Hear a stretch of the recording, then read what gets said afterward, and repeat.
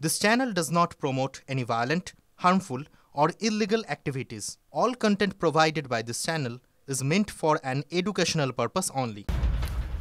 অবৈধ নির্মাণের হাত থেকে ছাড় পেল না আর্সেনিক মুক্ত পানীয় জলের ট্যাঙ্কও। মালদার ঘটনায় তুমুল বিতর্ক। অভিযোগ, ইংরেজবাজার পুরসভার 16 নম্বর ওয়ার্ডে অবৈধভাবে ভেঙে ফেলা হচ্ছে আর্সেনিক মুক্ত পানীয় জলের ট্যাঙ্ক, যা একাধিক এলাকার মানুষের পানীয় জলের যোগান দিত। অভিযোগ, জলের ট্যাঙ্ক ভেঙে সেখানে তৈরি হবে বহুতল। অভিযোগ, ইংরেজবাজার পুরসভার চেয়ারম্যান কৃষ্ণেন্দু নারায়ণ চৌধুরী ও তাঁর আত্মীয় 16 নম্বর ওয়ার্ডের কাউন্সিলরের মদতেই ভাঙা হচ্ছে এই জলের ট্যাঙ্ক। জানিয়ে জেলা শাসকের কাছে অভিযোগ জানিয়েছেন খোদ চেয়ারম্যান ইন কাউন্সিল। অভিযোগ করেছেন চেয়ারম্যান জড়িত থাকার। জলাধার ভেঙে আমি যতটুকু শুনেছি চেয়ারম্যানের কাছে থেকে যে ওটা কমিউনিটি হল তৈরি করা হচ্ছে, কিন্তু যেভাবে বাণিজ্যিক ভবনই তৈরি করা হচ্ছে সেটা কি সম্পূর্ণ অবৈধ? বর্তমানে অবৈধ, কেননা যেখানে পৌরসভার কোনো প্ল্যান নেই সে কি করে বৈধ বলবো। সেই ক্লাবের প্রেসিডেন্ট আমাদের বর্তমান পৌরপ্রধান কৃষ্ণেন্দু নারায়ণ চৌধুরী, তাই আমি তার কাছে আর অভিযোগ না জানিয়ে আমি একদম জেলা শাসকের কাছে অভিযোগ জানিয়েছি।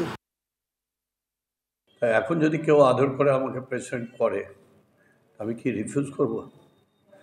যদি এই ধরনের ঘটনা ঘটে, আমি লোকাল কাউন্সিলরকে দায়িত্ব দিয়েছি। লোকাল কাউন্সিলর ওখান থেকে জিতে এসছে, আকাশ থেকে পড়েনি। আমরা প্রত্যেকে কাউন্সিলর আছি, আমাদের রেসপন্সিবিলিটি লোকালি দেখার। আমি লোকাল কাউন্সিলরকে বলেছি যে ওই ব্যাটারটা দেখতে যা যা করার সব ঠিক। আমরা তো জল পাচ্ছি না, আর ওটা ভেঙে দিয়ে এখন তুলে দিচ্ছে যে আর্সেনিক জলের এটা। কারা ভাঙছে? চেয়ারম্যানরাই করছে, ওই ক্লাবের না, আমাদের কথা শুনে না। ট্যাঙ্কিটা তোকে ভেঙে উড়েছে, আমরা জল খাবো কোথায়, কোনো অসুবিধা এখানে তো কাছাকাছি তো নেই। একটা দল প্রমোটিংয়ে বাধা দিতে চাইছে, একটা দল প্রমোটিং করতে চাইছে। বাস্তবটা কি? এদের নিজেদের মধ্যে ভাগাভাগির গণ্ডগোল না অন্য কিছু? জলের সংকট হচ্ছে, এদিকে তো কারো নজর নেই, প্রশাসনের নজর নেই, কারো নজর নেই।